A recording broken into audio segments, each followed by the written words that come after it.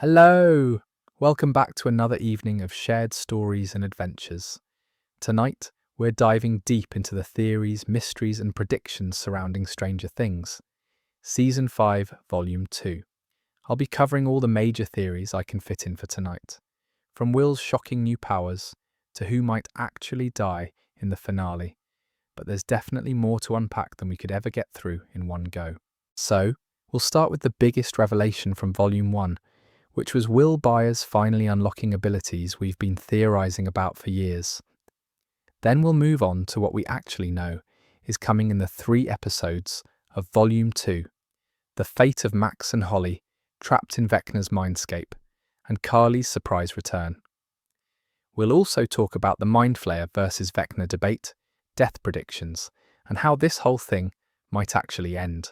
Plenty to theorise about, but if you like what I do here, and want a way to support the channel, consider subscribing down below. But for now, grab your blanket, maybe some tea or hot chocolate, get cozy in bed, and let's dive into the Upside Down one more time. This is meant to be relaxing and comprehensive, perfect for falling asleep too, so I'll keep the energy chill while we explore everything Volume 2 might have in store. Volume 2 drops on Christmas Day, December 25th, with 3 episodes. And then the finale, a massive 2-hour and 5-minute event, arrives on New Year's Eve. So yeah, we've got loads to cover before then. So let's start with the biggest revelation from Volume 1, which honestly changed everything we thought we knew about Will Byers and his role in this final battle. The first episode of Season 5 opened with a flashback to 1983, showing us something we'd never actually seen before. Will trapped in the Upside Down just days after his disappearance, being held down by vines while Vecna, or Henry Creel at that point, force-fed him some kind of grotesque substance through a fleshy tendril.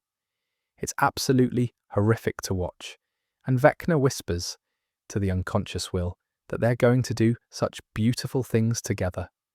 That moment, that contamination, created a permanent bond between Will and the hive mind of the Upside Down. For years, this connection manifested as vulnerability. Will could sense when Vecna or the Mind Flayer, or any of the creatures were nearby. He'd get that feeling on the back of his neck, the goosebumps, and the party would know danger was close. It was useful, sure, but it was also painful. It made Will a target. It made him feel broken and afraid.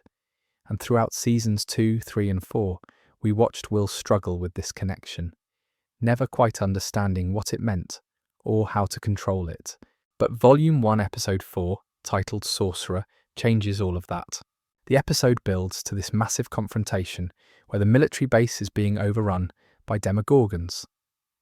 Vecna himself steps through the membrane between dimensions, surveying his victory, and the heroes are completely outmatched.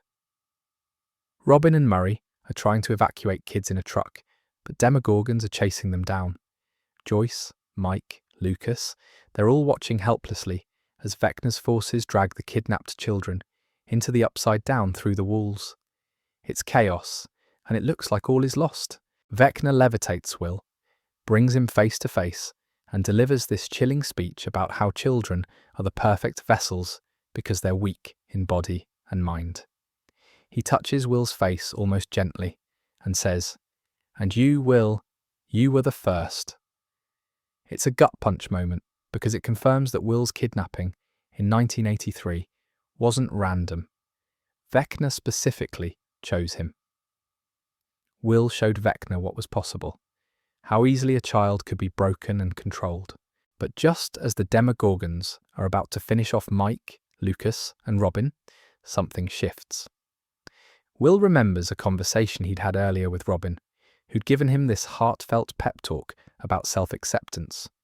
Robin, who's also queer, told Will that she'd always had all the answers within herself, that she just needed to stop being scared of who she was. And in that moment of absolute crisis, with his friends about to die, Will finally accepts himself. He stops fighting the connection to Vecna and instead embraces it. Home movies flash through his mind, meeting Mike for the first time, drawing with Joyce, building Castle Byers with Jonathan. All these moments of love and acceptance, and then Will raises his arms and stops the Demogorgons mid-attack. He can see through their eyes.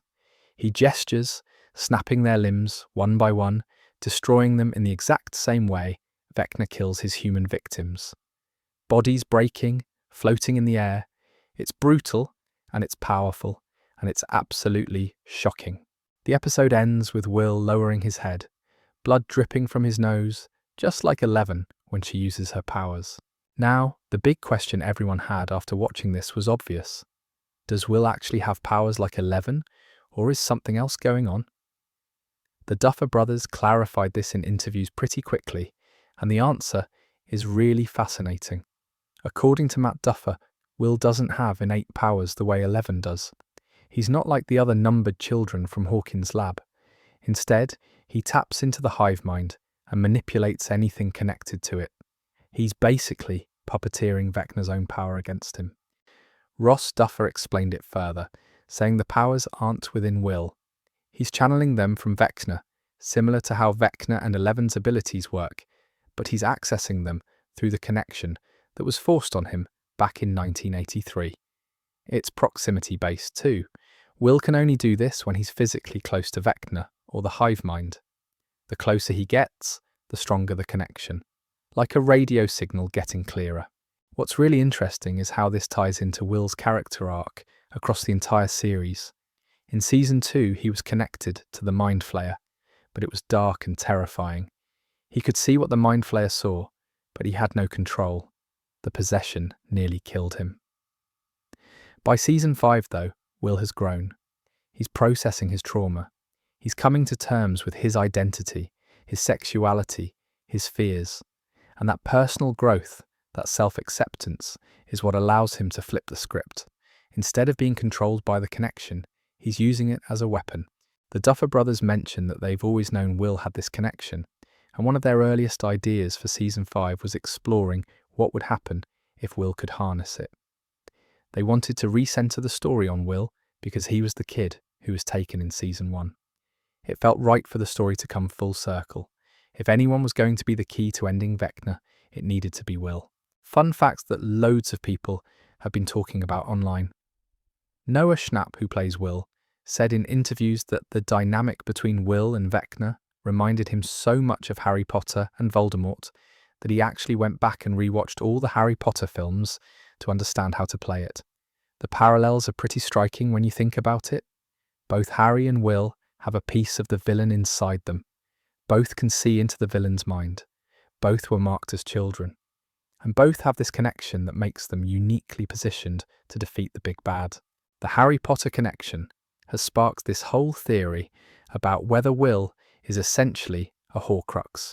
In the Harry Potter series, Harry had to die, or at least sacrifice himself, before Voldemort could be defeated because he was carrying a piece of Voldemort's soul. Does that mean Will has to die to defeat Vecna?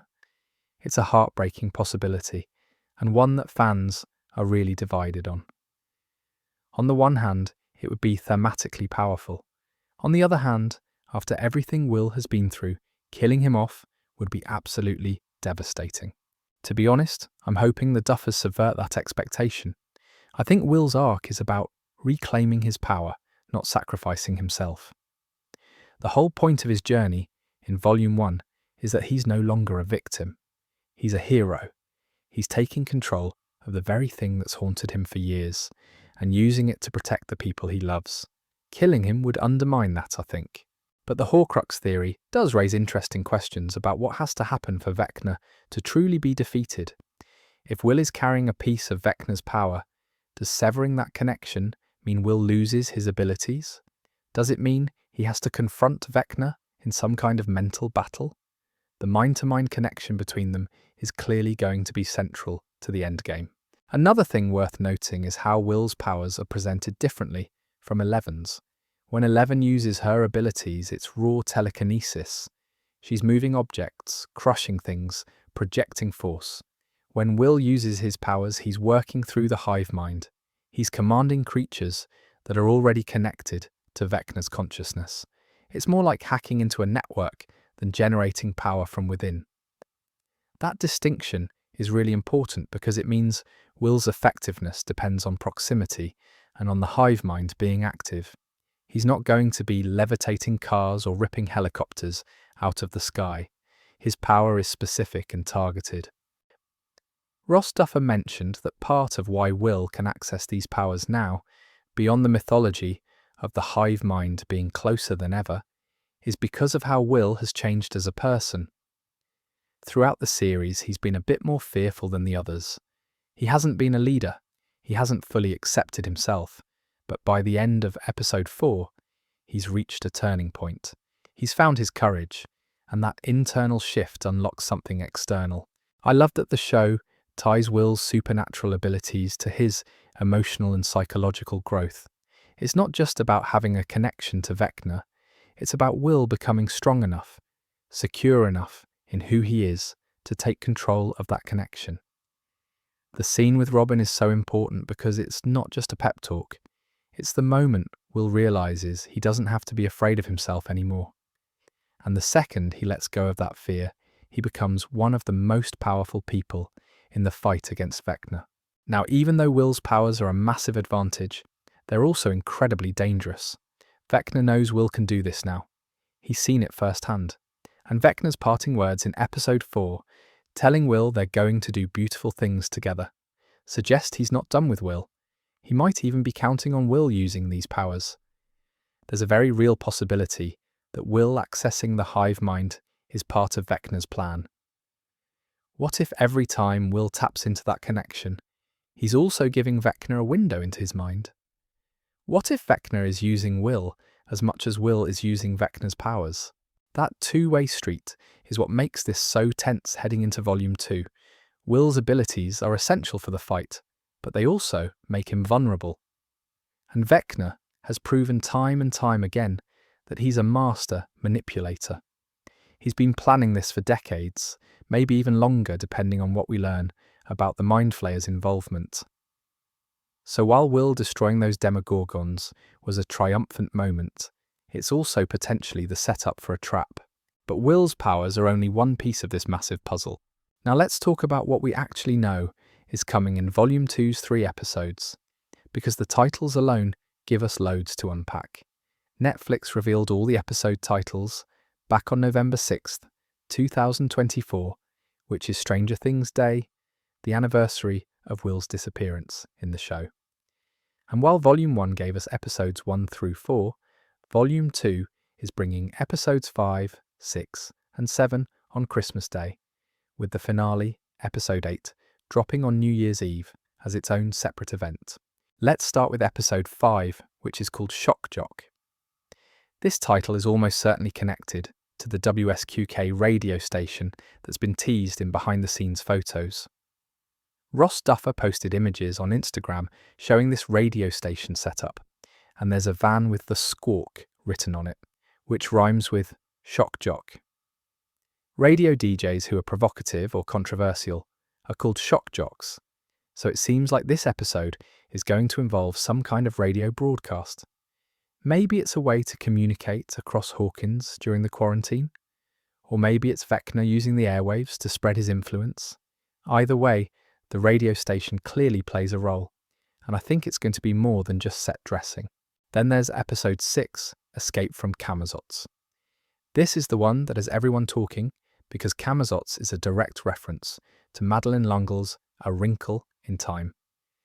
In that book, Camazotz is a planet that's under the complete control of a malevolent entity called IT, and everyone on the planet is forced to conform and move in sync.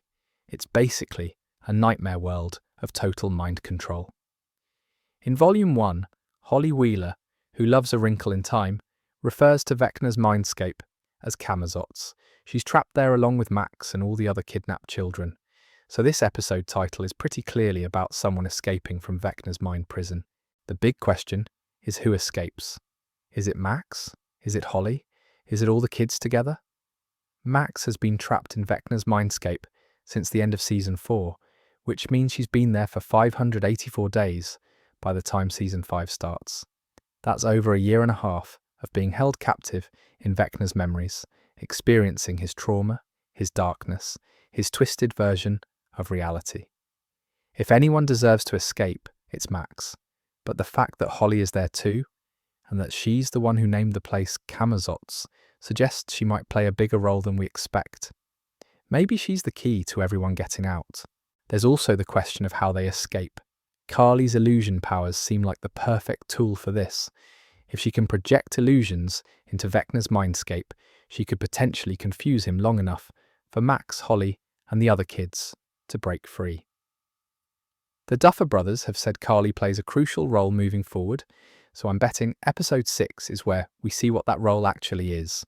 It would make sense for her powers to be the thing that disrupts Vecna's control over the mindscape. Episode 7 is called The Bridge, and honestly, this is the most mysterious title of the bunch. There are so many things a bridge could mean in the context of Stranger Things. It could be a literal bridge, maybe a structure that connects the upside down to the real world in some new way.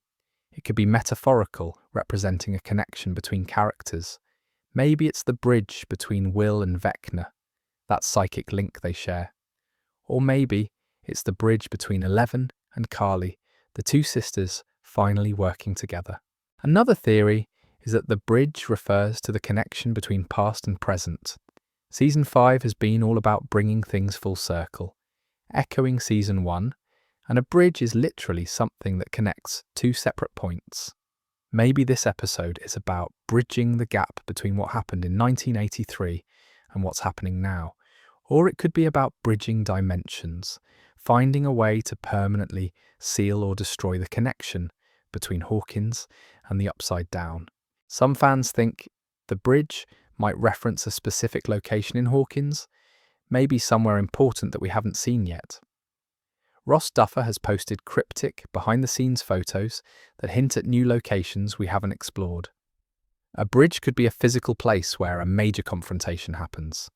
Honestly, I'm not entirely sure what this title means, but I have a feeling it's going to be one of the most emotionally intense episodes of the season. And then we've got the finale, episode 8, titled The Right Side Up. This is perfect. The season 1 finale was called The Upside Down, the episode where we first learned what the alternate dimension was actually called. Ending the series with The Right Side Up is such a brilliant mirror. It suggests that by the end of this episode, the Upside Down will either be destroyed, sealed off, or somehow transformed. The Right Side Up, the world restored to how it should be. The finale is also a massive 125 minutes long, which is just over 2 hours. That's longer than most movies. Netflix is even doing theatrical screenings of it in over 500 cinemas across the US and Canada on New Year's Eve, starting at 8 p.m. Eastern. You have to buy a concession voucher to get in, like $11 at Regal Theatres or $20 at AMC, but the tickets themselves are technically free. It's this whole event experience, watching the end of Stranger Things in a theatre with other fans. I think that's really cool, honestly. According to the Duffer Brothers, they've been working on this ending for a decade. They've known how the series would conclude from pretty early on, and they've structured Season 5 to deliver on all the mysteries they've been building. The finale is supposed to answer the big questions. What is the Upside Down really? Who's in control, Vecna or the Mind Flayer? How did all of this start? And most importantly, how does it end? Ross Duffer mentioned in interviews that they've captured over 650 hours of footage for Season 5, and they've spent a full year filming. He described it as 8 blockbuster movies. So when we're talking about 3 episodes of Volume 2 plus a 2-hour finale, we're talking about roughly 4 more hours of content. That's a lot of time to wrap up storylines, answer questions, and give these characters the endings they deserve. But knowing the episode titles is one thing. Understanding what might actually happen is another. Since we're on the topic of what's coming, let's talk about one of the most heartbreaking storylines that Volume 2 needs to resolve. Max and Holly trapped in Vecna's mindscape, which Holly has named Camazotz, after the sinister planet from her favourite book. Max Mayfield has been held prisoner since the end of Season 4. That was spring 1986. Season 5 takes place in fall 1987. Do the math, and that's 584 days. Over a year and a half trapped inside Vecna's mind, experiencing his memories, his trauma, his darkness. She's been in there longer than Will was in the Upside Down, longer than Hopper was in the Russian prison. It's an absolutely brutal length of time, and Volume 1 only showed us glimpses of what she's been enduring. When we do see Max in Volume 1, she's with Holly Wheeler, Mike's younger sister who was kidnapped by a Demogorgon in Episode 2. Holly's played by Nell Fisher, and she's basically the new kid in Vecna's collection. But despite being the newest victim, Holly seems to understand something important about where they are. She's obsessed with A Wrinkle in Time, this classic sci-fi novel about kids fighting against an entity that wants to control everyone's minds. And Holly recognizes that Vecna's mindscape operates on similar principles. She calls it Camazotz, and she's not wrong. In Volume 1, we see Max and Holly hiding in a cave within the mindscape. Max explains that this cave is significant because Henry Creel, the human part of Vecna, is afraid of it. He won't go in there, which makes it the only safe place they have. This is a massive clue about Vecna's psychology. Why would he fear a cave in his own mind? The most popular theory is that this cave represents the place where Henry first encountered Dimension X as a child. Maybe it's where the Mind Flayer first reached him, corrupted him, turned him into what he is now. If that's true, then the cave holds some kind of original trauma that even Vecna can't fully face. Max also mentions something really important. She says that Henry is a prisoner in his own mind. Not just the kids he's captured, but Henry himself is trapped. This ties into theories about whether Vecna is actually in control or if he's being manipulated by the Mind Flayer. If Henry Creel still exists somewhere inside Vecna, if there's still a shred of humanity buried under all that darkness, then maybe that's the key to defeating him. Or maybe it's the key to saving him, though I'm not sure the Duffers are going for a redemption arc here. The cave detail is fascinating because it suggests the mindscape isn't just a reflection of Vecna's power, it's a reflection of his fears and weaknesses too. Max has basically found the one blind spot in his surveillance system, and she's using it to protect Holly and presumably some of the other kidnapped kids. But they can't stay hidden forever. Vecna is collecting children for a reason. He needs 12 total, and he's already got Holly, Max, and we've seen glimpses of other kids being dragged into the Upside Down in Volume 1. So how do they escape? Episode 6 is literally titled Escape from Camazotz, so clearly someone is getting out. The question is how and who. Carly's return at the end of Volume 1 feels like the setup for this. Her powers are illusion-based. She can make people see things that aren't real, create false realities, project images into minds. If anyone can disrupt Vecna's control over his own mindscape, it's her. Imagine Carly projecting illusions into Camazotz, confusing Vecna, creating distractions that allow Max and Holly to slip away. Or maybe she creates a false version of the cave that Vecna does enter, giving the kids time to escape through some other route. The Duffer Brothers told Variety that the Max and Holly storyline is the new Russia storyline, meaning it's the separate narrative thread that runs parallel to the main action, like Hopper's imprisonment in Season 4. And they explicitly said we'd see much more of Vecna's memories in Volume 2, that this storyline integrates with the others in important ways. So Max being trapped in his mind isn't just about her suffering. It's about what she's learned while she's been in there. She's had 584 days to observe Vecna's memories, to understand how he thinks, to maybe discover weaknesses. There's this theory floating around that Max has basically become an expert on Vecna. She knows him better than anyone, even better than Eleven does, because she's literally been living inside his consciousness. When she escapes, she's going to bring crucial information with her. Maybe she knows exactly how to hurt him. Maybe she knows what he's really afraid of. Maybe she's figured out the connection between Vecna and the Mind Flayer. Holly's role in all this is still a bit unclear. She's young, around 9 or 10 years old, which matches Vecna's preferred age range for vessels. But she's also clever. She's resourceful. She survived long enough for Max to find her, and she's the one who gave Max the terminology to understand where they are. In A Wrinkle in Time, The kids defeat IT by using love and individuality, by refusing to conform. Maybe Holly brings that same energy to defeating Vecna. Maybe her innocence, her refusal to give in to fear, is what disrupts his control. What's also worth considering is what happens to Max physically if she escapes mentally. Her body has been in a coma since the end of season 4. She's in the hospital in Hawkins, but we haven't seen much of that in Volume 1. If her mind breaks free from Vecna, does she wake up? Or is she still trapped physically, even after escaping mentally? And what condition will she be in after 584 days of psychological torture? To be honest, Max deserves a happy ending more than almost anyone in this show. She's lost her brother.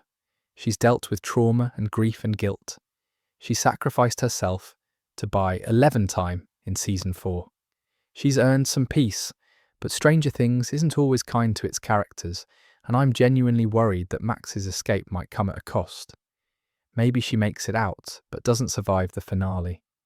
Maybe saving Holly and the other kids requires her to stay behind. I really hope I'm wrong about that. The other kidnapped children add another layer to this. Vecna has been systematically taking kids throughout Volume 1. We see Derek Turnbow, we see random children from Hawkins, all being dragged into the Upside Down.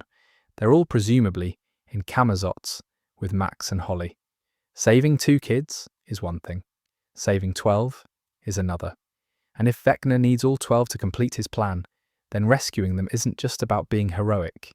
It's about stopping him from gaining whatever power he's trying to access. But Max and Holly aren't the only ones with major arcs in Volume 2. Let's talk about another major returning character who's going to play a huge role in Volume 2 and the finale. Linnea Berthelson's Carly, also known as 8, or 008 if we're using her Hawkins Lab designation. Carly appeared at the very end of Volume 1 Episode 4, and it was honestly one of the biggest surprises of the season. She was last seen way back in Season 2, Episode 7, titled The Lost Sister, which is arguably the most divisive episode of the entire series. A lot of fans didn't love that episode because it pulled 11 away from Hawkins right when things were getting intense. But the Duffer Brothers have said they never felt like they could end Stranger Things without bringing Carly back into the fold. And now we're seeing why. When Eleven and Hopper find her in Volume 1, she's being held captive in the military base that's been set up in the Upside Down. She's hooked up to machines, there are blood bag drips, wires everywhere, and she looks absolutely drained. It's clear she's been there for a while, and she's not there voluntarily. Dr. K, who we'll talk about more in a bit, has been using Carly for something, and according to Hopper in the episode, Carly's powers are somehow fueling the satellite technology that's been blocking Eleven's abilities. He literally calls it kryptonite. So here's how it works, apparently. Carly's blood, or maybe her psychic energy, is being harvested to power these satellites that emit some kind of frequency that disrupts telekinesis. It's basically a psychic dampener, and it's the reason Eleven has been so weakened throughout Volume 1. Every time she tries to use her powers, she's fighting against this interference, and the interference is coming from her own sister. That's brutal. Ross Duffer mentioned in interviews that bringing Carly back was a big swing, and they're excited about it.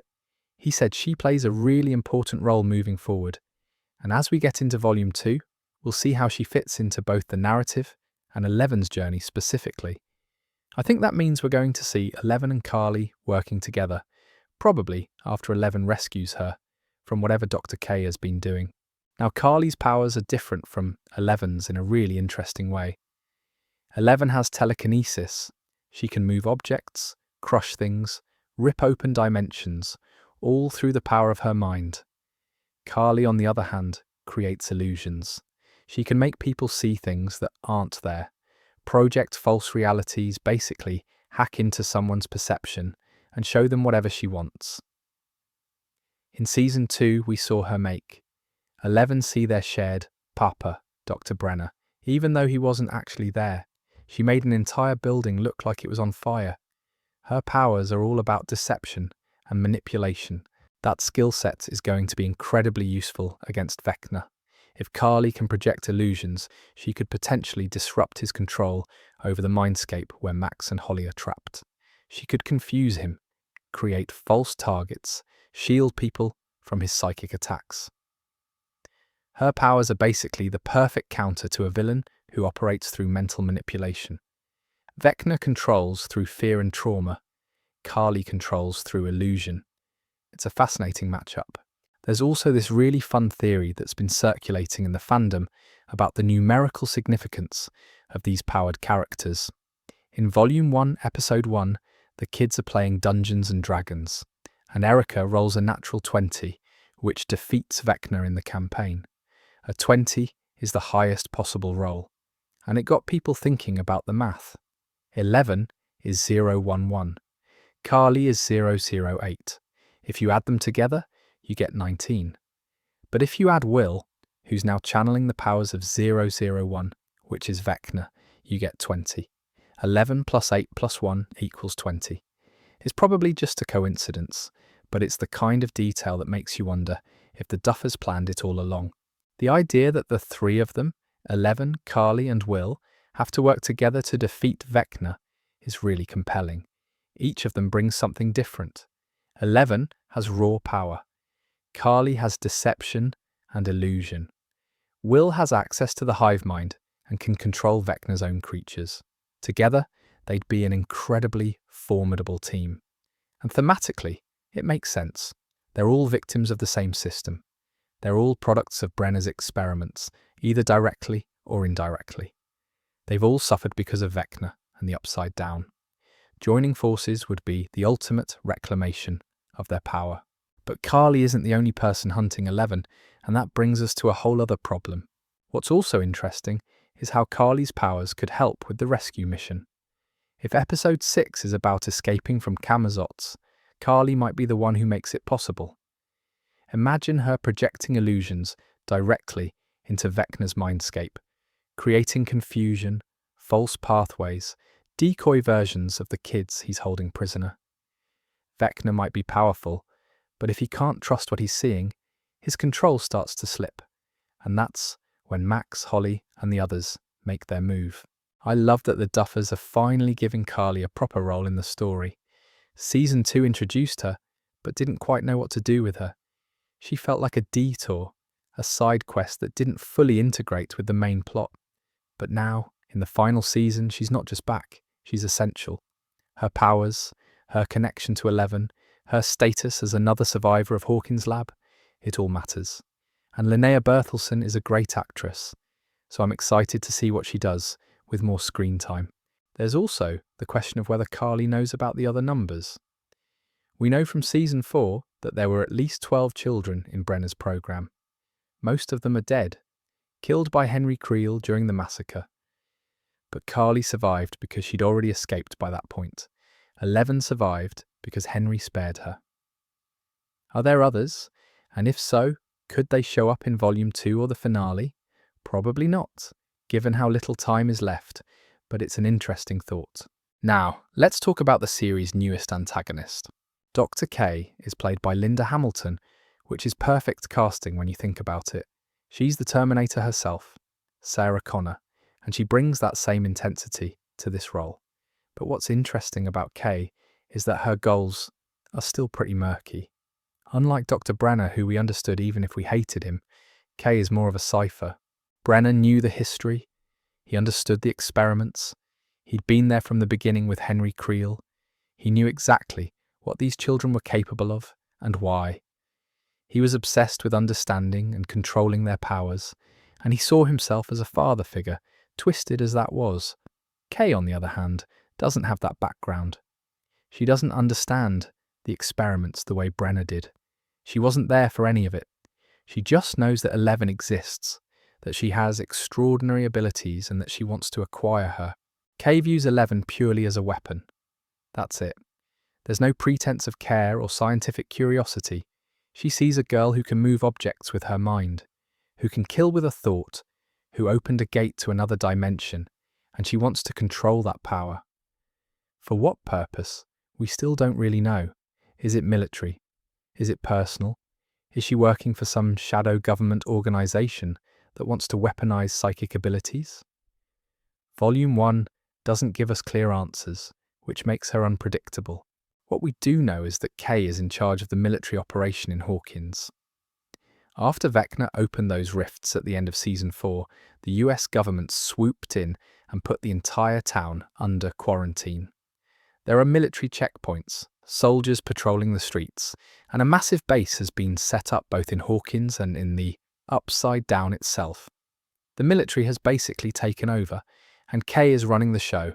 Her second in command is Lieutenant Robert Akers, played by Alex Bro, and he seems like your typical military hardass who follows orders without question. The satellite technology is Kay's big play to neutralize 11. By using Carly's blood or psychic energy to power these satellites, she's created a field that disrupts telekinesis. It's brilliant in a terrifying sort of way. 11 can't use her powers effectively as long as those satellites are operational, which means she can't defend herself, can't fight back, can't escape. Kay has essentially clipped her wings. Hopper calling it kryptonite is spot on. It's 11's one weakness, and Kay figured out how to exploit it. But here's where things get complicated. The military's presence in Hawkins hasn't exactly been effective at stopping Vecna. In Volume 1, we see them get absolutely demolished. They set up their base, they bring in their weapons and their soldiers, and Vecna just walks right through them. He redirects their bullets, turns their own grenades against them, and slaughters dozens of them in seconds. It's not even close to a fair fight. The military is so outmatched, it's almost embarrassing. Peak Stranger Things, military incompetence, no notes? So if Kay's plan was to use force to deal with the upside-down threat, that plan has clearly failed. Which means she needs 11 more than ever. But 11 isn't going to work with her. 11 has spent her entire life being used by people in positions of authority. Brenner, the lab, the government. She's not about to let another person turn her into a weapon. So Kay is going to have to either capture her, which seems difficult given 11's abilities, or find some way to force her cooperation. There's a theory that Kay might have a redemption arc. Maybe she starts out as an antagonist, but realizes by the end that 11 and her friends are humanity's best hope against Vecna. Maybe she sees the military getting wiped out and understands that brute force isn't going to work. Maybe she learns to trust 11 instead of trying to control her. It's possible, I guess, but I'm not entirely convinced. Linda Hamilton plays her with this cold, calculating energy that doesn't scream redemption to me. She seems more like someone who's going to double down on bad decisions until it's too late. The other question is what happens to Carly while Kay has her. Is Carly being harmed by the process of fueling the satellites? Is it draining her life force or just her powers? And how did Kay even find her in the first place? Carly has been on the run since Season 2, living with a group of misfits in Chicago, staying off the grid. For Kay to track her down and capture her means she has serious resources and intelligence. That makes her dangerous even without the military backing her up. To be honest, I'm not sure what to make of Kay yet. She's not sympathetic the way some of the show's antagonists have been. She's not tragic like Vecna or misguided like Brenner. She's just ruthless. And sometimes the most dangerous villains are the ones who don't have a tragic backstory, who are just in it for power or control. We'll see how her arc plays out in Volume 2, but whether Kay ends up helping or hurting, one thing's certain: death is coming. So let's talk about the elephant in the room. And I mean the massive, unavoidable elephant that's been haunting the fandom for months now. Who's going to die in Volume 2 and the finale? The Duffer Brothers confirmed in interviews that Season 5 will feature the most violent death of any season. Not just a death, the most violent death. That's a pretty specific and ominous thing to say. And here's what makes it even more nerve-wracking. Volume 1 had 0 major character deaths. Nobody from the main cast died in those first 4 episodes, which is actually surprising given how intense things got. That means all the death and heartbreak is being saved for the final 4 episodes. Christmas and New Year's are about to get really dark. Steve Harrington is the most popular death prediction by a significant margin. If you go on Reddit, Twitter, anywhere fans are discussing theories, Steve's name comes up constantly. and there's actually a fair bit of evidence supporting this theory. Steve was originally supposed to die in season 1. The Duffers have talked about this in interviews. He was meant to be this stereotypical jock character who gets killed off, probably in a redemptive sacrifice. But Joe Keery's performance was so good, and the character became so beloved that they kept him around. So the question is, have they just been delaying the inevitable? Steve's character arc across the series has been one of the most satisfying. He went from being a bit of a jerk in season 1 to becoming the group's protector, the babysitter, the guy who always puts himself in danger to keep the kids safe. He's had this beautiful evolution into a genuine hero, and narratively, that kind of arc often ends in sacrifice. The hero who learns to care about others more than himself, who finally becomes the person he was meant to be, and then dies saving everyone else. There's also the love triangle with Nancy and Jonathan to consider. That's been hanging over the show since season 1, and it needs resolution. Nancy clearly still has feelings for Steve, but she's with Jonathan. Steve wants to settle down, have kids, build a life. Jonathan is pulling away, dealing with his own stuff. One way to resolve this triangle cleanly is to remove one of the points. If Steve dies heroically, Nancy and Jonathan can be together without it feeling like Steve got rejected. It's bittersweet but definitive. The other piece of evidence people point to is Joe Keery's enthusiasm about the ending. He said in interviews that he loved how they wrapped up Steve's story, that it felt right and satisfying. Now that could mean Steve gets a happy ending, or it could mean Steve gets a meaningful death that honours his character. Actors often talk about death scenes being satisfying when they're done well. On the other hand, the Duffers are known for misdirection. They know Steve death theories are everywhere. They've seen the speculation. Would they really go through with it when everyone's expecting it? Or is Steve a red herring, and they're going to gut punch us by killing someone we're not prepared to lose? Other candidates for major deaths include Hopper, which would be devastating after he already faked his death in season 3. His arc feels pretty complete. Honestly, he reconnected with Eleven, he found Joyce, he's confronted his demons. A heroic sacrifice to save his family would fit his character. But I really hope they don't go there. We've already mourned Hopper once. Doing it again feels cruel. Jonathan is another possibility. He's been somewhat sidelined in recent seasons, and his relationship with Nancy has been rocky. If the Duffers want to resolve the love triangle by removing him instead of Steve, that would certainly be unexpected. It would also free Nancy to be with Steve without Jonathan being the bad guy who got dumped. But Jonathan dying would absolutely wreck Joyce and Will, and they've already been through enough. Murray is the comic relief character, and those characters often die in final seasons. He's lovable, he's funny, and his death would hurt but wouldn't devastate the core group the way losing Steve or Hopper would. He's also been increasingly involved in the action, which historically is a bad sign for supporting characters. The more screen time you get in a final season, the more likely you are to die.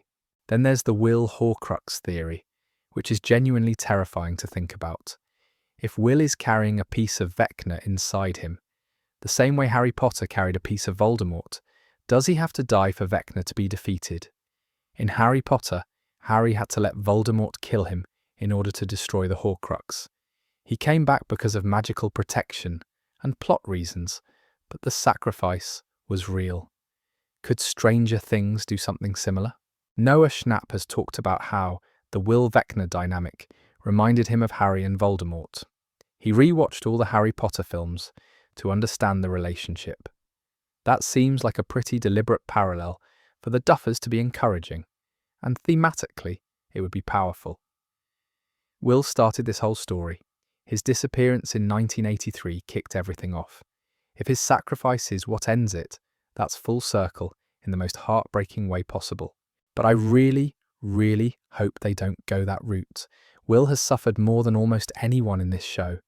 He was kidnapped, possessed, used as a spy by the Mind Flayer, forced to confront his identity and sexuality in a small town in the 1980s.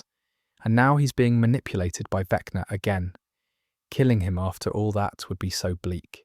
His arc deserves to be about survival and healing, not martyrdom.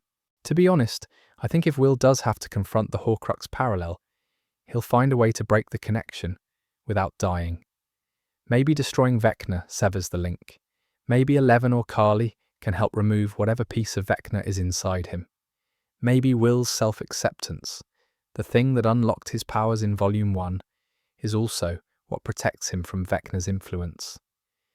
I'm choosing to believe that because the alternative is too sad. There's also been a lot of speculation about a behind-the-scenes photo that Netflix released. It shows what looks like a group hug, and people have been trying to figure out who's in it and what it means. Some think it's the Byers family after they've lost someone. Others think it's a reunion after someone's been rescued.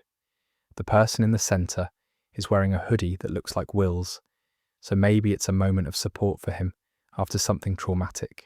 Or maybe it's a goodbye before someone goes off to sacrifice themselves.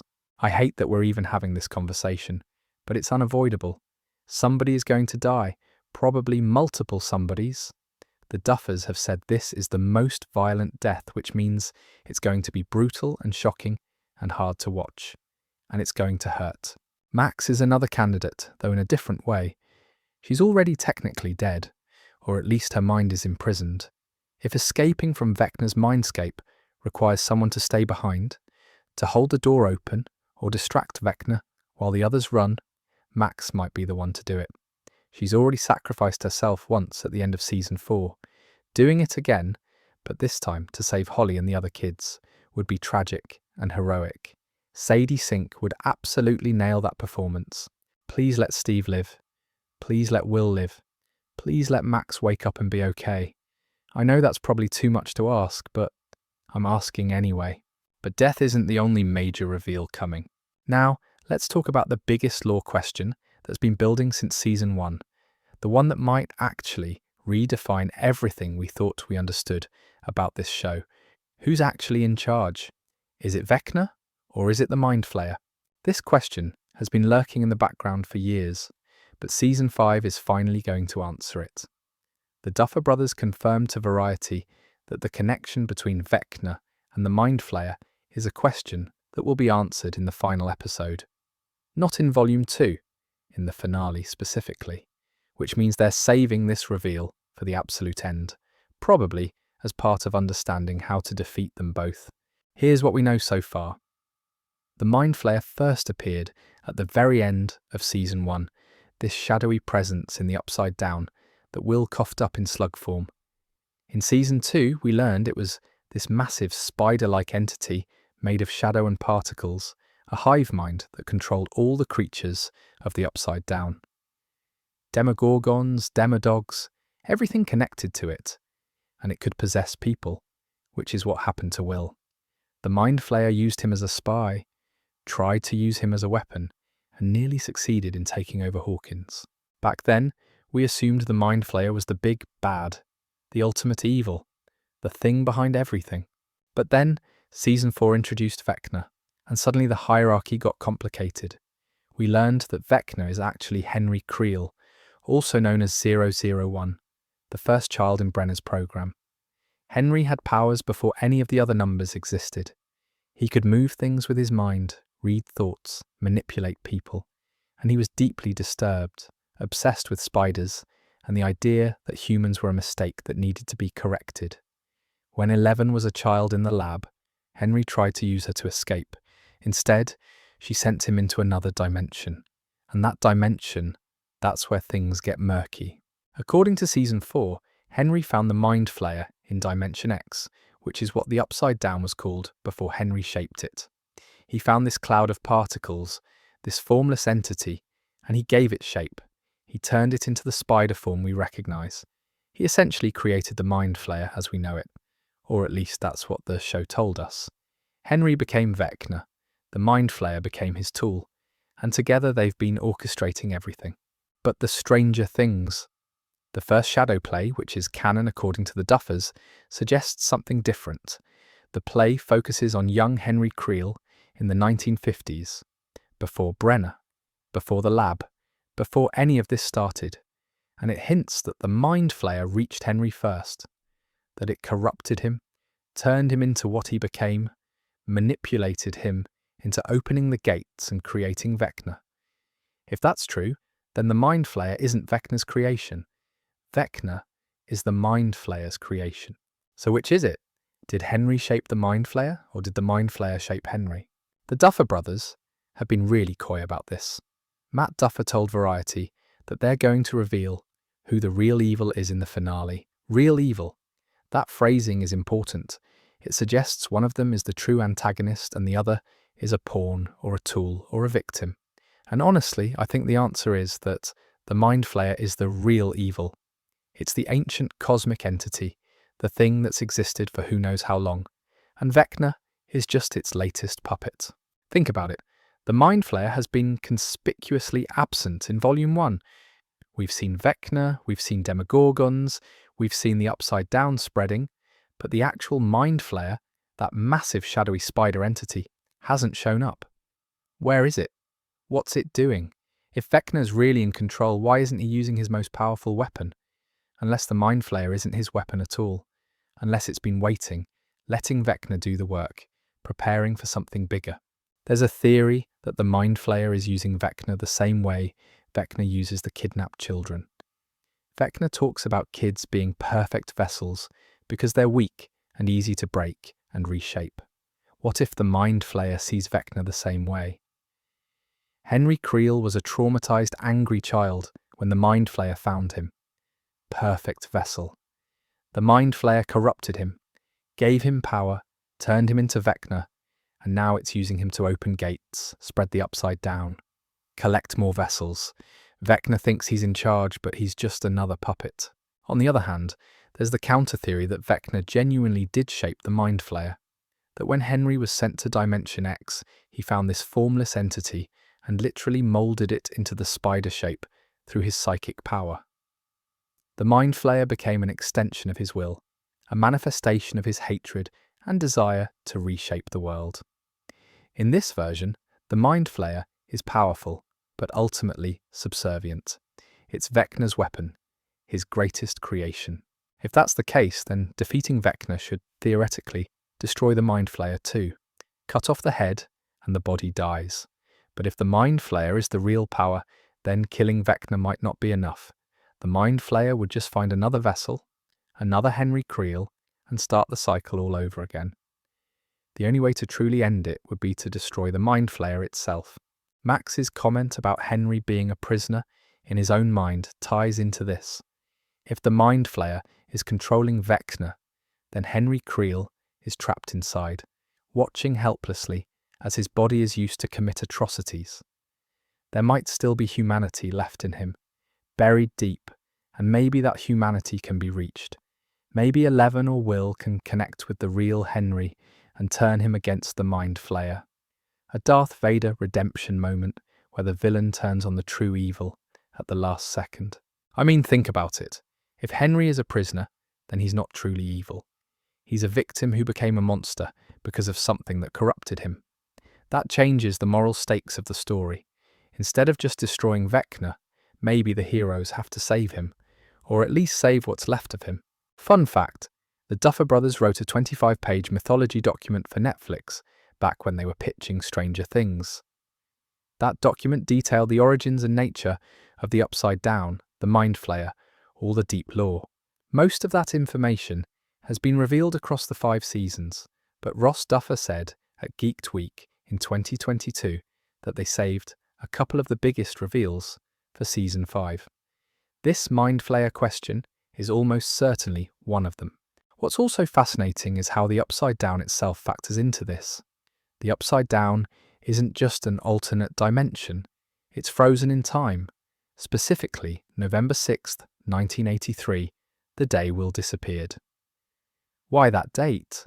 Why is everything in the Upside Down stuck at that moment? The most popular theory is that the Upside Down is somehow tied to Henry's trauma and memories. It's not a separate place. It's a corrupted version of our world, shaped by Henry's emotional state and psychic power. The reason it looks like Hawkins, the reason it's frozen on that specific date, is because of Henry's connection to the town and to Will. But if the Mind Flayer is the real power, maybe the Upside Down predates Henry. Maybe Dimension X always existed, and Henry just gave it form. Maybe the Mind Flayer has been creating upside downs across multiple realities, using different vessels in each one. Vecna is just this universe's version. There could be others. Honestly, my brain hurts trying to untangle all this. The Duffers have said this explanation has been meticulously planned for a decade, so presumably it'll all make sense when we finally get the answers. But until then, we're left theorizing and rewatching and trying to piece together hints from 4 seasons and a Broadway play. But the Mind Flayer isn't the only mystery about the Upside Down. Let's talk about what the Upside Down actually is, because according to Dustin in the Volume 2 trailer, everything we've ever assumed about it has been dead wrong. Dead wrong. That's a pretty bold statement coming from the smartest member of the party, the kid who's been theorizing about this stuff since season 1. If Dustin says we're wrong, we're probably very wrong. The Upside Down has been this central mystery from the very beginning. It's the alternate dimension where Will was trapped, where the Demogorgon came from, where 11 opened the first gate. We've always thought of it as a separate place, a parallel world that exists alongside ours. But what if it's not separate at all? What if it's something else entirely? One of the biggest clues is why the Upside Down is frozen on November 6th, 1983. That's the specific date when Will disappeared. When Nancy and the others went into the Upside Down in season 4, they noticed that everything looked exactly like Hawkins from 1983. Nancy's room still had her old posters on the walls. The town hadn't changed or evolved. It was stuck at that precise moment in time. But why that date? Why November 6th specifically? The most compelling theory is that the Upside Down isn't a separate dimension. It's a corrupted version of our world, and it's tied directly to Henry Creel's emotional trauma and psychic imprint. When 11 sent Henry to Dimension X in 1979, he encountered something there, either the Mind Flayer or just raw primordial energy, and over the years he shaped it. He gave it form. He made it look like something familiar. And then in 1983, when the gate opened and Will was taken, that became the anchoring point, the moment the two worlds truly connected. The Upside Down locked onto that date because that's when Vecna's plan really began. Think about it. Will was Vecna's first vessel. Volume 1 confirmed this. Vecna chose Will deliberately, contaminated him with that substance, created the connection that would eventually allow him to build an army of children. November 6th, 1983 is the most important date in Vecna's entire timeline. It makes sense that the Upside Down would reflect that importance by literally freezing there. But the Volume 2 trailer suggests we're missing something fundamental. Dustin wouldn't say we're dead wrong unless there's a major twist coming. Maybe the Upside Down isn't just frozen in 1983. Maybe it's not a place at all. Maybe it's a living organism, a consciousness that responds to psychic energy. Maybe it's more like a memory than a location. There's this mysterious wall in the military base that's been set up in the Upside Down. We see it in Volume 1, and it's covered in those familiar upside-down vines and these gross bulging sacs filled with some kind of substance. Dr. K is shown dissecting one of the sacs, and it bleeds this fluid. These are the same sacs we saw Vecna use to feed Will in the opening flashback. They're connected to tentacles that pump this contamination into people, linking them to the hive mind. 11 makes a joke in Volume 1 about Lieutenant Akers peeing on the wall, which is kind of funny but also weirdly specific. Why show us that moment? Why make it a detail unless the wall is important? Maybe the wall is a boundary. Maybe it's the membrane between dimensions, the thing holding the Upside Down and our world separate. Or maybe it's a filter, and whatever substance is in those sacs is what the Mind Flayer uses to convert our world into the Upside Down. There's also the time travel angle. The official synopsis for Season 5 mentioned time itself unraveling. That's a loaded phrase. Unraveling suggests things coming undone, chronology breaking apart. We've seen Max trapped in Vecna's memories, experiencing moments from his past. We've seen the Upside Down frozen in a specific moment. Time is clearly not functioning normally in any of this. What if defeating Vecna requires going back? What if someone has to travel to 1983, to that original moment when Will disappeared, and change something? I'm not sure how I feel about time travel being introduced this late in the game. Stranger Things has always been sci-fi, but it's been grounded in a specific type of sci-fi. Alternate dimensions, psychic powers, government experiments. Time travel feels like it could get messy, but the Duffers have earned my trust at this point. If they're going there, they probably have a good reason. The organism theory is also really compelling. What if the Upside Down is alive? Not in the sense of having creatures living in it, but literally alive itself. A sentient dimension that feeds on psychic energy, that grows and spreads like a cancer. The vines that cover everything, the way it consumes and corrupts, the hive mind that connects everything. That all points to the Upside Down being less like a place and more like a predator. And if it's alive, can it be killed? Or does destroying Vecna just cut off its ability to spread while leaving the dimension itself intact?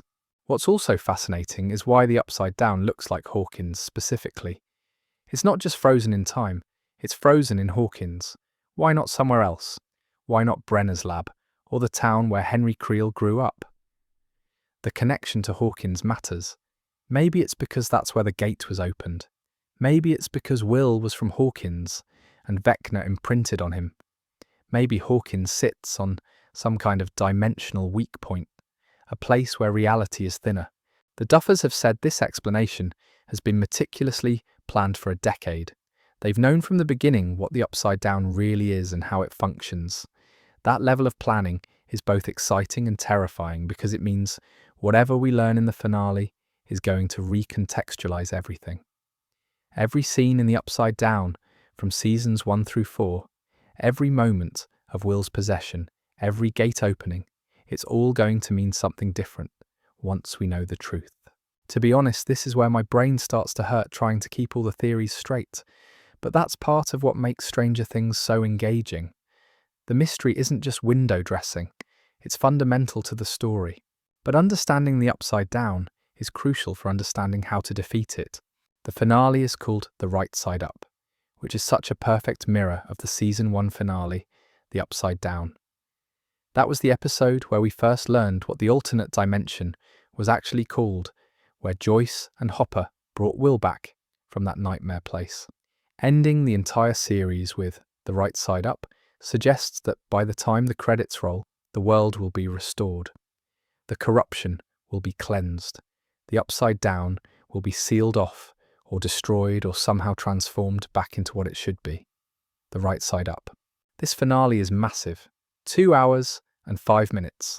That's longer than most Marvel movies, and Netflix is doing this whole theatrical event where you can watch it in over 500 cinemas across the US and Canada on New Year's Eve.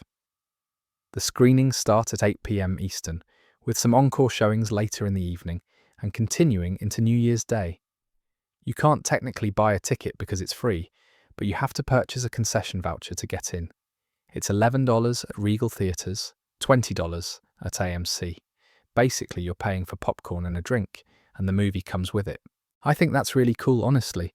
Watching the end of Stranger Things in a theatre with a bunch of other fans, everyone reacting together, experiencing the finale as a communal event.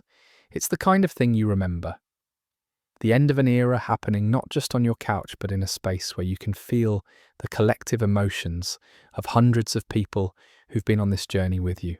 But back to how it might actually end. The Duffer Brothers have said repeatedly that Will is the key to defeating Vecna. Ross Duffer specifically mentioned that they wanted to recenter the story on Will because he was the kid who was taken in Season 1. It felt right for the story to come full circle. If anyone was going to end this nightmare, it needed to be Will. That's a pretty definitive statement. Will isn't just important, he's essential. So how does that play out? There are basically 2 main theories. The first is the Horcrux theory we talked about earlier. Will has to die, or at least sacrifice himself, because he's carrying a piece of Vecna inside him, and that connection can't be broken while both of them are alive. It's tragic and it's thematically powerful, but it also feels really bleak for a character who's already suffered more than anyone. The second theory is that Will uses his connection to Vecna against him. He taps into the hive mind, channels Vecna's own power, and turns it back on its source. Maybe he overloads the connection. Maybe he severs it from within. Maybe he uses his access to the hive mind to command every creature in the Upside Down to turn on Vecna. We saw him destroy Demogorgons in Volume 1. What if in the finale he controls all of them at once? An entire army of monsters suddenly fighting for the good guys instead of the bad guy. I really hope it's the second option. Will's arc deserves to be about empowerment, not martyrdom. He spent 5 seasons being the victim, the one who needs saving, the one everyone worries about. It would be so satisfying to see him step up in the finale and be the hero, not through sacrifice, but through strength, through finally taking control of the very thing that's haunted him since he was 11 years old. There's also the theory that 11, Carly and Will have to work together to defeat Vecna, the 3 of them combining their powers. 11 provides raw telekinetic force. Carly creates illusions to confuse and disorient Vecna. Will accesses the hive mind and disrupts Vecna's control from within. Together, they'd be unstoppable. And thematically, it works. They're all products of Brenner's legacy, either directly or indirectly. They've all been used and manipulated. Joining forces to take down the source of their trauma is a powerful statement. The 12 kidnapped children complicate things. Vecna needs them for something. He's been systematically collecting kids throughout Volume 1, and Volume 2 is probably going to show him completing his collection. Once he has all 12, what happens?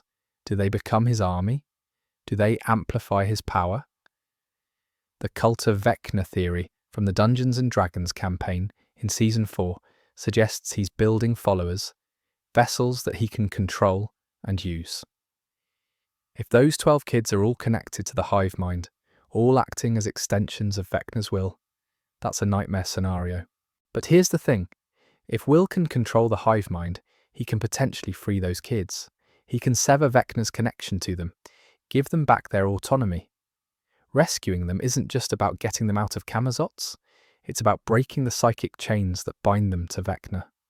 And Will is uniquely positioned to do that because he's been on both sides. He's been a victim of the hive mind, and now he can manipulate it. Fire seems to be playing a major role in the final battle.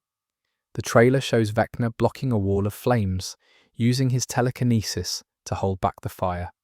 Fire has always been one of the few things that works against the Upside Down.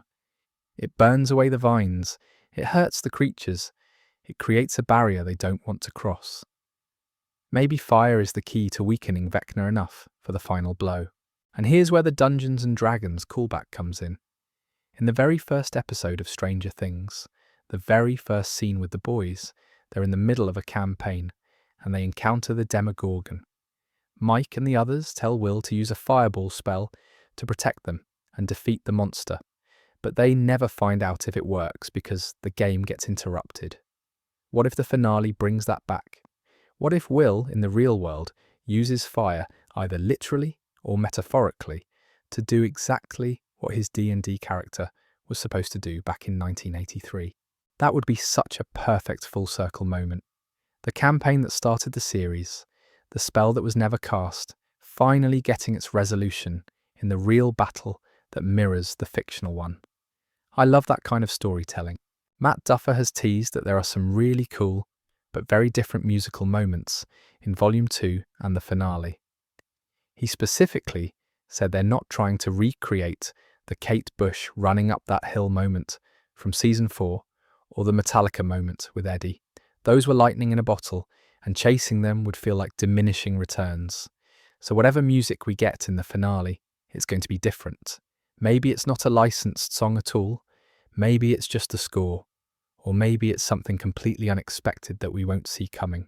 Music has always been such a huge part of Stranger Things. The synth score, the 80s needle drops, the way certain songs become tied to emotional moments. The finale is going to use music in a way that's meaningful and surprising, and I'm really curious to see what they've chosen. What I love about all these theories is that none of them feel implausible. The Duffers have set up so many potential paths to the ending that almost anything could happen. Will could sacrifice himself or become the hero. The Mind Flayer could be revealed as the true villain or as Vecna's creation. Time travel could factor in, or it might be a red herring. The 12 children could be saved or they could be lost. Steve could die, or he could get his happy ending. We're 4 episodes away from knowing the truth, and the anticipation is almost unbearable. But it's not just the main crew who have important roles to play. The supporting cast has always been one of Stranger Things' greatest strengths. This isn't a show where the heroes carry everything on their shoulders, while everyone else stands around looking worried. The ensemble matters. And Volume 2 is going to give a lot of these characters their moments. Steve, Nancy, and Jonathan. This love triangle has been hanging over the show since Season 1, and it absolutely needs resolution. Nancy is clearly torn. She loves Jonathan, or at least she did, but things have been strained between them. Jonathan has been distant, dealing with his own insecurities about college and his future, and he hasn't been honest with Nancy about what he's feeling. Meanwhile, Steve has grown into this incredible person, and his feelings for Nancy have never really gone away. He wants the life she talked about: marriage, kids, a big family, the white picket fence dream. But here's the thing, maybe Nancy doesn't choose either of them. Maybe she chooses herself. We've seen her become this badass investigative journalist, someone who's brave and determined and doesn't need a relationship to define her. Ending her arc with her picking Steve, or Jonathan feels a bit reductive, ending it with her realizing she doesn't need to pick anyone right now. That feels more empowering. She's like 19 years old. She doesn't have to have her entire romantic future figured out in the middle of an apocalypse. That said, I'm rooting for Steve to at least get some closure. Whether that's Nancy or someone else, or just peace with being single, the guy deserves happiness. Then there's Derek Turnbow, the new kid played by Jake Connolly. Netflix released his audition footage a few weeks ago, and honestly, he's really good. Derek seems to be one of the children Vecna is targeting, which makes sense given Episode 3's title, The Turnbow Trap. His family owns Turnbow Land Development and Realty, which we've seen in behind-the-scenes photos. There's this creepy billboard for their business that's been upside-downified, covered in vines and corruption. Derek probably doesn't survive the season, if I'm being honest. New characters introduced in a final season, especially kids connected to the main threat, rarely make it out alive. But his role matters. He's a representation of all the innocent people in Hawkins who are caught up in this nightmare through no fault of their own. And his family's connection to land development might be significant. Maybe the Turnbows own property that's important to Vecna's plan. Maybe their business has ties to the lab or the government or something deeper. Mike Wheeler is finally getting his moment to shine again. Matt Duffer said in interviews that Mike becomes the leader again this season, but in a more confident and mature version than we saw in Season 1. Mike has been somewhat sidelined in recent seasons, playing more of a supportive role while others took centre stage. But he was the heart of the group in Season 1. He was the one who came up with the plans, who kept everyone together, who believed in 11 when no one else did. Seeing him step back into that leadership role, but with the wisdom and experience he's gained over 4 seasons, is going to be really satisfying. Mike isn't a kid anymore. None of them are. They've fought monsters, saved the world multiple times, dealt with loss and trauma. When Mike leads now, it's with the knowledge of what's at stake.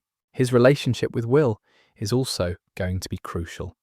Will has been in love with Mike for years, and while the show has been subtle about it, it's definitely there. Volume 1 gave us more Will and Mike scenes, more acknowledgement of their friendship and what it means to both of them. Whether the show explicitly addresses Will's feelings or leaves them as subtext, the bond between them is foundational. Mike was the first person Will thought of when he was trapped in the Upside Down. Mike was the one who never gave up on finding him. That connection matters. Joyce and Hopper finally got together at the end of Season 4, and honestly, they've earned it. Joyce has been through hell and back, losing Bob, thinking she'd lost Hopper, raising her kids alone, while fighting supernatural threats. Hopper has died and been resurrected, spent months in a Russian prison, and fought his way back to Hawkins. They deserve some happiness, even if it's just moments of peace in between the chaos. Their relationship in Volume 2 is going to be about partnership. They're not just a couple. They're two people who understand loss and survival and what it means to protect the people you love at any cost. When they work together, they're formidable. And given that Hopper is David Harbour, who brings so much heart to every scene, I'm expecting some really emotional moments between them. The Byers family dynamic is also going to be important. Will, Jonathan, and Joyce have been through more than most families could survive.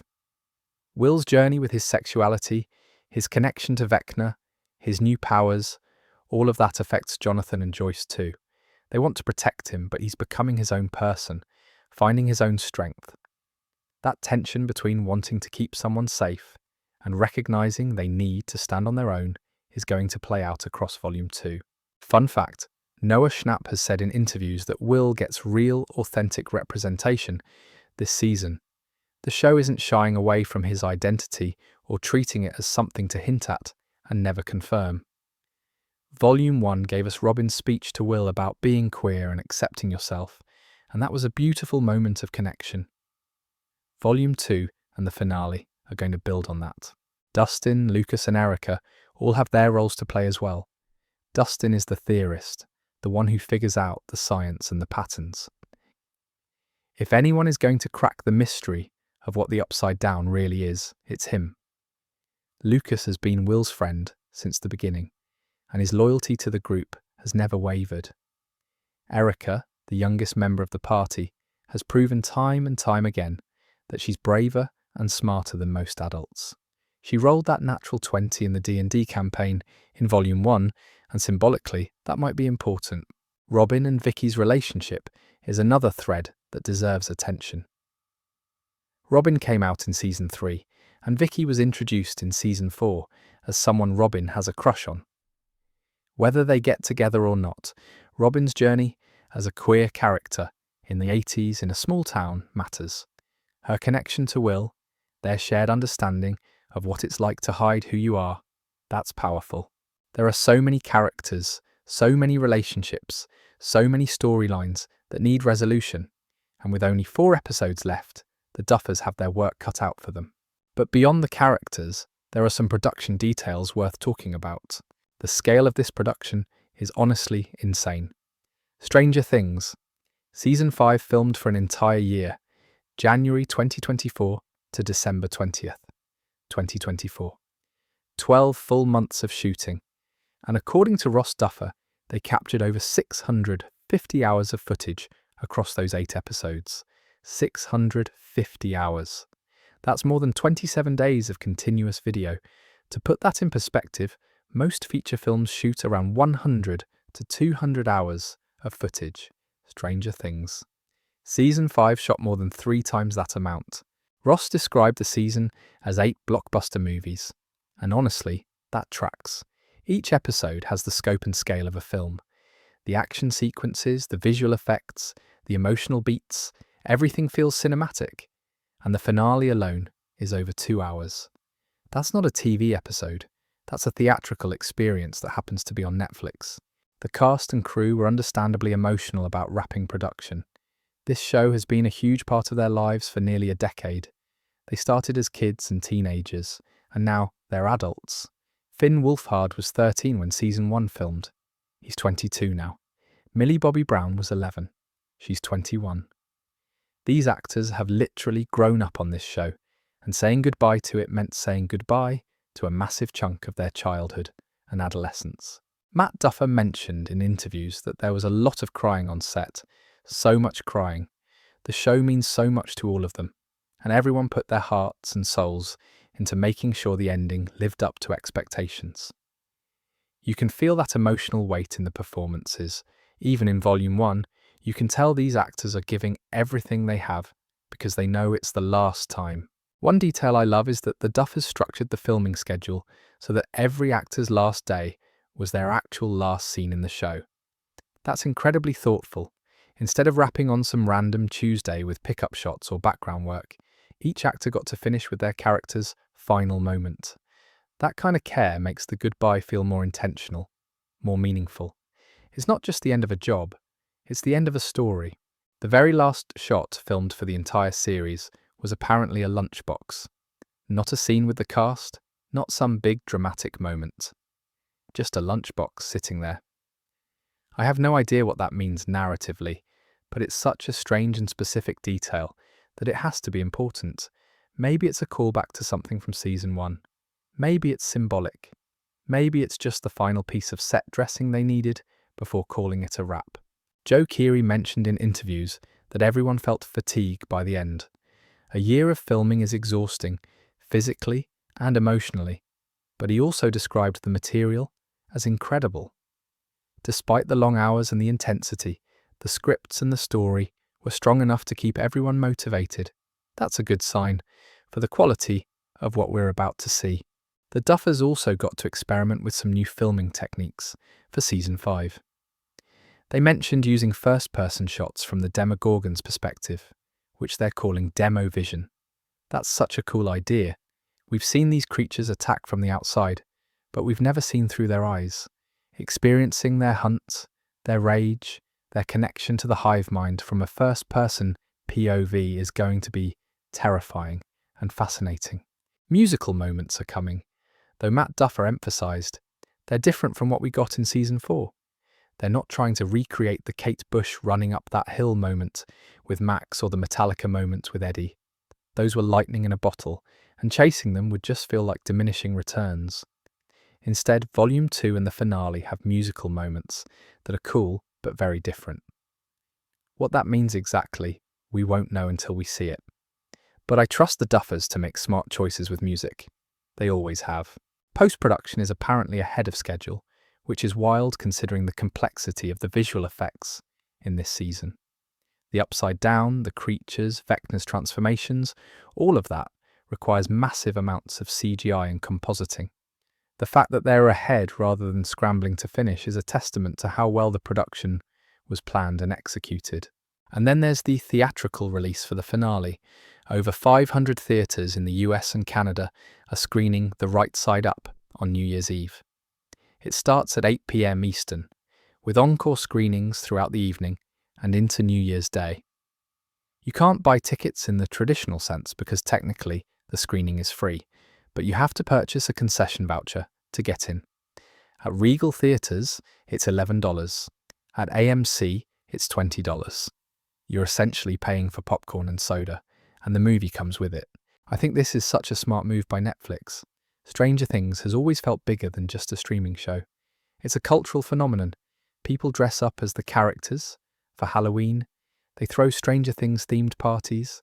The soundtrack goes viral, giving fans the option to experience the finale in a theatre, surrounded by other people who love the show just as much, turns it into an event. It's communal. It's memorable. It's the kind of thing you'll talk about for years. Plus, watching a 2-hour finale on a massive screen with theatre-quality sound is going to hit different than watching it on your TV or laptop. The scale of the action sequences, the intensity of the horror moments, the emotional beats, all of it will be amplified. But all this production work, all these hours of footage and months of filming and innovative techniques, it's all building towards something fans have been waiting years for. Before we move on, there's something that's going to be super important for understanding Volume 2 and the finale, and a lot of people might not know about it because it's technically not part of the show.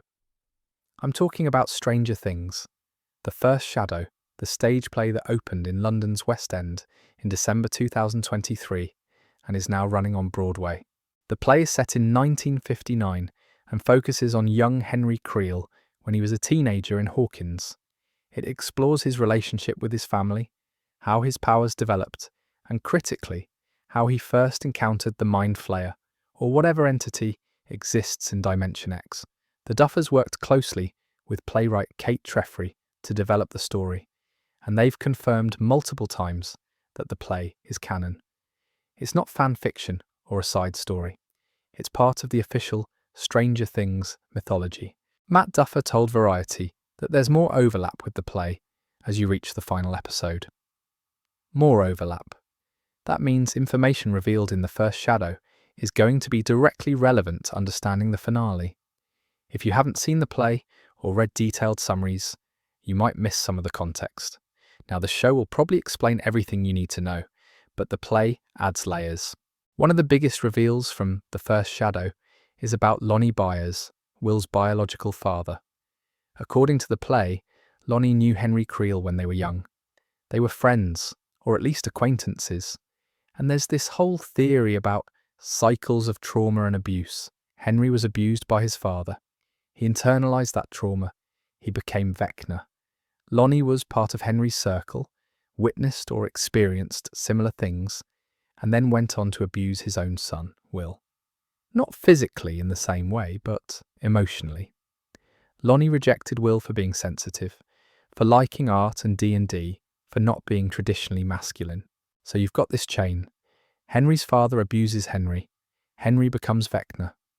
Lonnie, connected to Henry somehow, abuses Will. Vecna then targets Will because he mirrors Henry. He's sensitive, artistic, vulnerable. The psychological chain runs from one generation to the next, and Vecna recognizes himself in Will. That's why he chose him. That's why Will was the first vessel. This theory has been circulating since the play opened, and if it's true, it adds so much depth to why Vecna has always been fixated on Will. It's not random, it's personal in a way we didn't fully understand before. The play also explores how the Mind Flayer reached Henry. Whether it corrupted him or whether he shaped it is left somewhat ambiguous, but the play suggests the Mind Flayer was already a presence, already influencing Henry before he became 001. That ties directly into the question of who's really in control, which we talked about earlier. Fun fact, the Duffers had to balance how much of Henry's backstory to put in the play versus save for season 5. Stephen Daldry, the director, and Sonia Friedman, the producer, kept pushing for more details, and the Duffers kept saying, well, we have to save that for the show. So there's this negotiation happening behind the scenes about what gets revealed where. And apparently, the final episode of season 5 has the most direct connections to the play.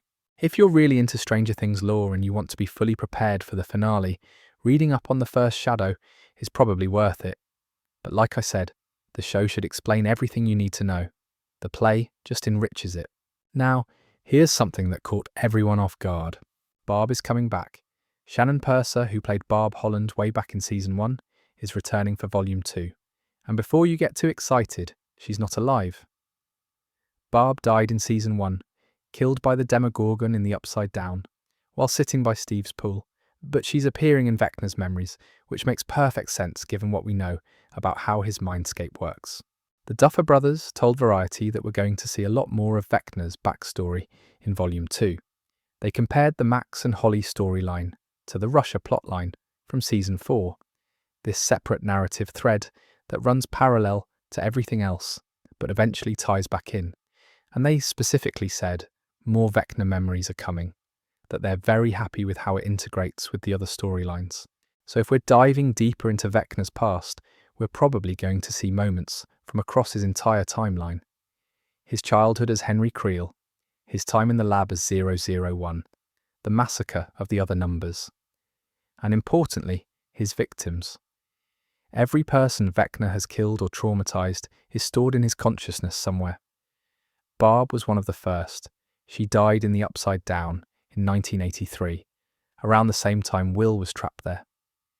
Her death was this catalyst for Nancy's entire arc in season 1, the moment Nancy realized something was deeply wrong in Hawkins. Bringing Barb back, even just in memory form, is a really smart move. It gives Shannon Purser a moment to return to the show that made her famous.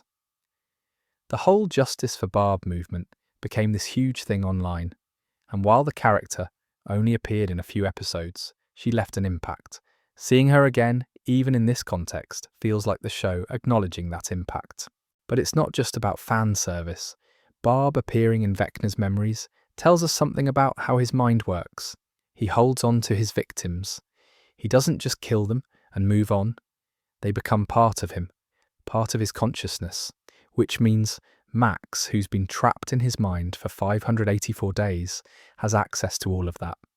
She's been experiencing not just Henry's memories, but possibly the memories of everyone he's ever hurt. That's horrifying to think about. Max hasn't just been trapped. She's been forced to witness decades of trauma and death. No wonder she looks so drained in the scenes we've seen. She's carrying the weight of Vecna's entire history. Other victims might show up too. Chrissy, Fred, Patrick from Season 4. Eddie, though technically, the bats killed him, not Vecna directly. Maybe even people we've never seen before, victims from years or decades past. Vecna has been active for a long time, and he's left a trail of bodies behind him. The memory sequences are also going to be crucial for understanding Vecna's motivations and weaknesses.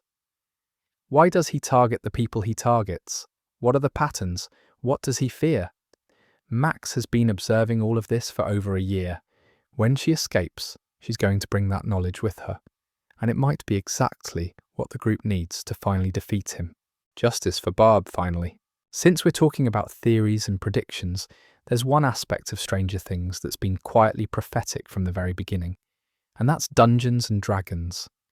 The show has used D&D campaigns as a narrative device since the pilot episode, and honestly, the game has basically been predicting the series this entire time. Episode 4 of Season 5 is titled Sorcerer, and that's no accident. In D&D, a sorcerer is someone who has innate magical abilities. Unlike wizards who learn magic through study, sorcerers are born with power, or it's gifted to them through some external force. Sound familiar? That's exactly what happened to Will. He wasn't born with powers like Eleven.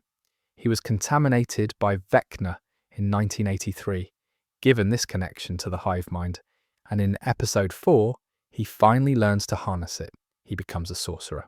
If you go back and look at the D&D campaigns throughout the series, Will's character has always been a wizard or a magic user.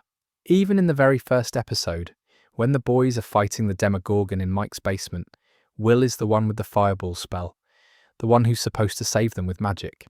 The game got interrupted before we found out if it worked, but the setup was there from day one. Will was always meant to be the magic user.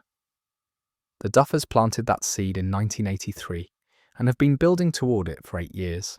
Eddie Munson's Hellfire Club campaign in Season 4 is another example of D&D predicting the show. Eddie ran a campaign about the cult of Vecna, about this powerful lich who commands an army of followers and wants to reshape the world. At the time, it was just flavour, Eddie being dramatic and having fun with his players. But now, in Season 5, we're seeing Vecna literally building a cult. He's kidnapping children, connecting them to the hive mind, turning them into vessels. The parallels are impossible to ignore. And then there's the natural 20 that Erica rolls in the Season 5 premiere. In D&D, rolling a 20 is the best possible outcome. It's an automatic success, the kind of roll that defeats the big bad and saves the day. Erica rolls it, and it defeats Vecna in the campaign. But as we've established, the real-world math is interesting too. 11 plus 8 plus Will channeling one's powers equals 20. Whether that's intentional or coincidence, it's the kind of detail that makes you appreciate how much thought goes into this show. What's cool about the D&D stuff is that it's never just window dressing. It's not there to make the characters look nerdy or to hit nostalgia beats. It's thematic. The campaigns mirror what's happening in the real story, sometimes predicting it, sometimes commenting on it. The game within the show reflects the game the characters are actually playing with their lives. Eddie's absence this season hurts, if I'm being honest. Joseph Quinn brought so much energy and heart to that character. Eddie was only in 1 season, but he left such an impact. The Duffers confirmed he's not returning, which makes sense given that he died. But his legacy lives on. The Hellfire Club, the Cult of Vecna campaign, the Master of Puppets moment, on top of the trailer, all of that still resonates. Eddie gave his life to buy the others' time, and that sacrifice matters. To be honest, the D&D stuff has always been one of my favourite aspects of Stranger Things. It ties the show to this rich tradition of fantasy storytelling while also being uniquely its own thing. The boys started as kids, playing a game in a basement, and now they're living out a real-world version of that same adventure. And Will, the kid who was supposed to cast Fireball in episode 1, finally gets to be the sorcerer he was always meant to be. That brings us to the end, more or less. Running total verification. This section target, 320 words. Cumulative written so far, 12,705 words. Cumulative target after this section, 13,025 words, allowing slight overage. Reference script 1 total, 9,847 words. Target script total, 13,000 words. And that, my dear friends, is where we'll end tonight's video. Volume 2 drops on Christmas Day, December 25th, with 3 episodes that are going to answer so many questions, while probably raising a dozen more. And then on New Year's Eve, we get the finale. 2 hours and 5 minutes of the Duffer Brothers wrapping up 8 years of story, giving us the answers we've been waiting for about the Upside Down, the Mind Flayer, Vecna's true nature, and how this all ends. What does Volume 2 need to deliver? Honestly, just a satisfying conclusion. These characters have been through so much, and they deserve endings that feel earned. Will needs to come into his own as a hero, not a victim. 11 needs to find peace after a lifetime of being used. Max needs to wake up and be okay. Steve, Joyce, Hopper, Nancy, Jonathan, all of them need closure. And we need to understand what the Upside Down really is, why it exists, and how it can be stopped. I think we're in for something special. The Duffers have been planning this ending for a decade. They know where this story has been going since they wrote that 25-page mythology document back in 2015.